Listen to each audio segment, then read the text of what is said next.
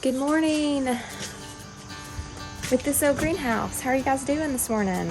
So we had some rain this morning and we needed it so bad. Actually, I thought it was sprinkling now, and it is.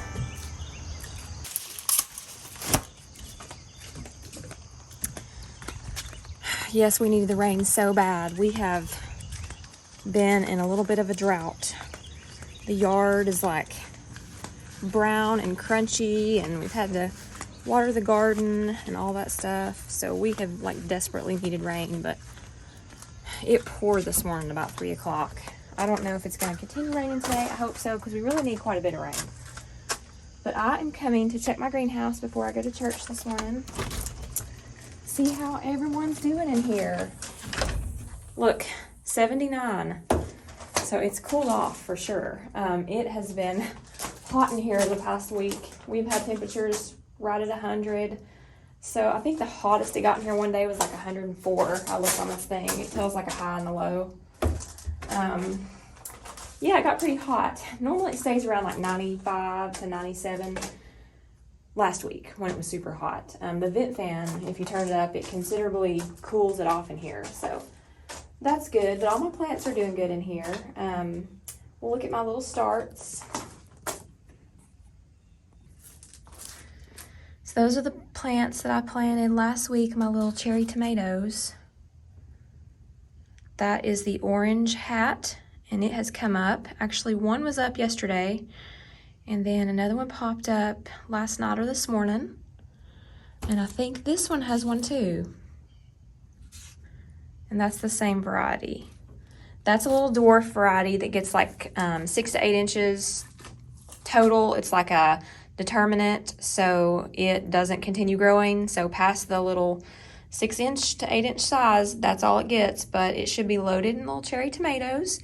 And she said in my greenhouse, it will continue producing, at least a year or more, she said. So that's kind of exciting. We're going to try that as an experiment. Look at my lovelies. My succulents are enjoying it here. They do not care about the heat at all. It does not faze them.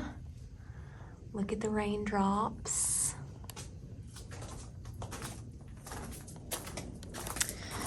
Now this guy right here, Echeveria Blueprints, it has been blooming for quite a while this summer, and some of them are starting to wilt, but still got quite a few pretty blooms from it.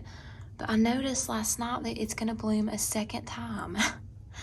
I've never noticed them doing that before. It's also got some little offshoots that you can take these off and have a new plant from them. Sometimes I put them in some soil, some sandy soil. I've done that a couple times. And look at my little blue balloon. This is an Echeveria. This has to be inside in the winter. It can't tolerate anything after the first frost. So I went and got our pellet stove last week, and we're gonna install it in here somewhere, as far over as we can get it in this corner, I think, or maybe kind of right where this tree is. And then we're gonna run the pipe outside. Pretty excited about that. We have got heat for the winter time. I looked in some different ideas for heat, and I think you had some choices. So electric heat, way expensive to do in here, and I don't think it would warm up the area as much as I wanted to warm it up. I want to grow some vegetables as an experiment, and I don't think that electric heat would be warm enough in this space. Some days it would, whenever we had sun, but sometimes in the wintertime we don't have a lot of sun. It's, overcast. And then the second thing I was thinking about doing was propane, which would work in here, but it seemed like it would be a lot more costly. So I researched about the stoves and decided that a pellet stove would be awesome. So, and it's different than a wood stove. We burn a wood stove all winter in the house, and you have to feed them a lot. And I would not want to be down here every 2 hours feeding a wood stove on like really cold days. So the pellet stove is much more efficient in that you don't have to fill it, but maybe, depending on the weather, every 1 to 4 days. So yeah, very nice. I can't wait to be able to use it all year. So, we were thinking, oh, we could close it down in the winter time and maybe open it back up in the spring, but we decided it'd be nice just to be able to use all year and not have to remove my plants back inside. I mean, it kind of defeated the purpose of what we wanted to do down here. So, yeah. Now, this is a cherry tomato. It is a little tuber from that plant out there. And I put it in water. And as you can see, it's already rooted. It's not been in water very long, maybe a little over a week.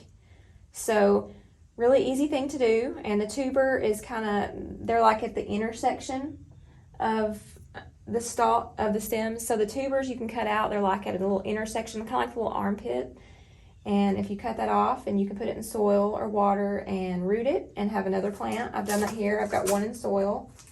So I'm going to try these over the fall and see how they do. I'm going to replant this one.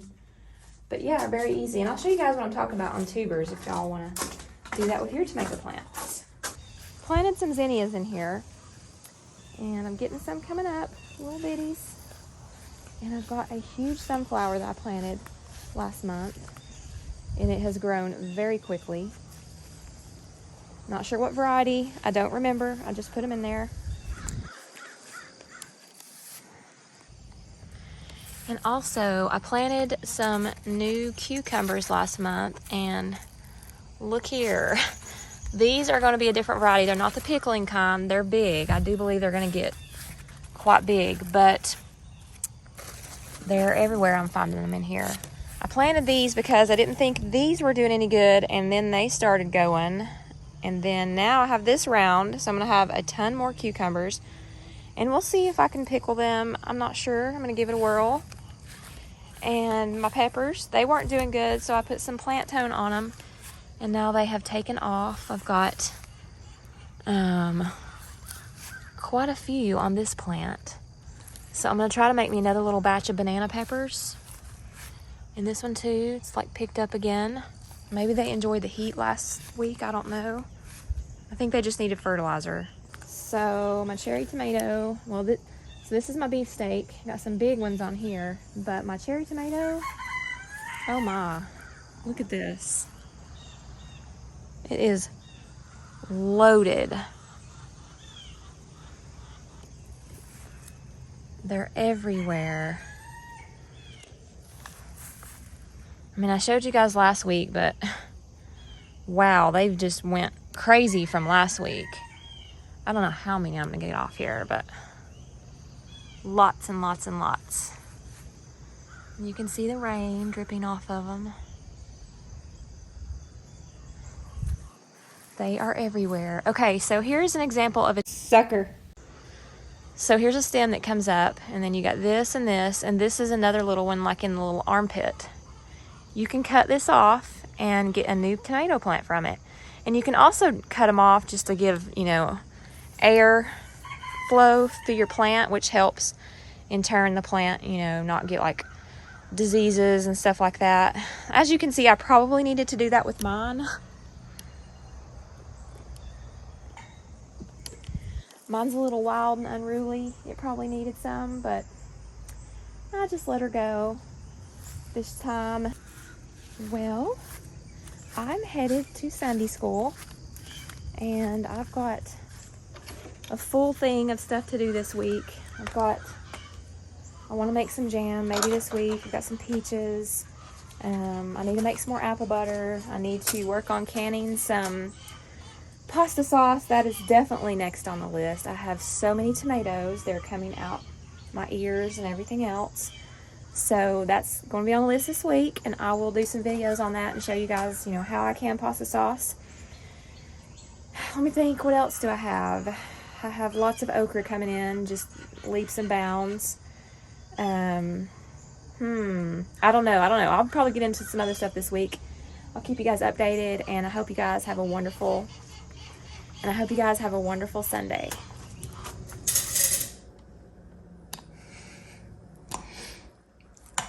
What are you eating? Black red pepper. My sweet neighbor brought this up to us. All right, so I'm back home from church, and it's time to put away some vegetables. I haven't even been down to the garden yet, so I'm going to have probably quite a few more to add to it. And the egg situation is getting out of control. Eggs. More eggs.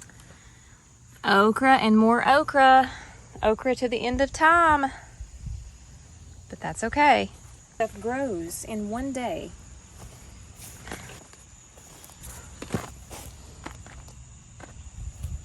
Another weird one. That one's pretty. Okay, another weird one. I gotta show you guys all the weird ones. Look at that. Super weird. Alright, back up to the house.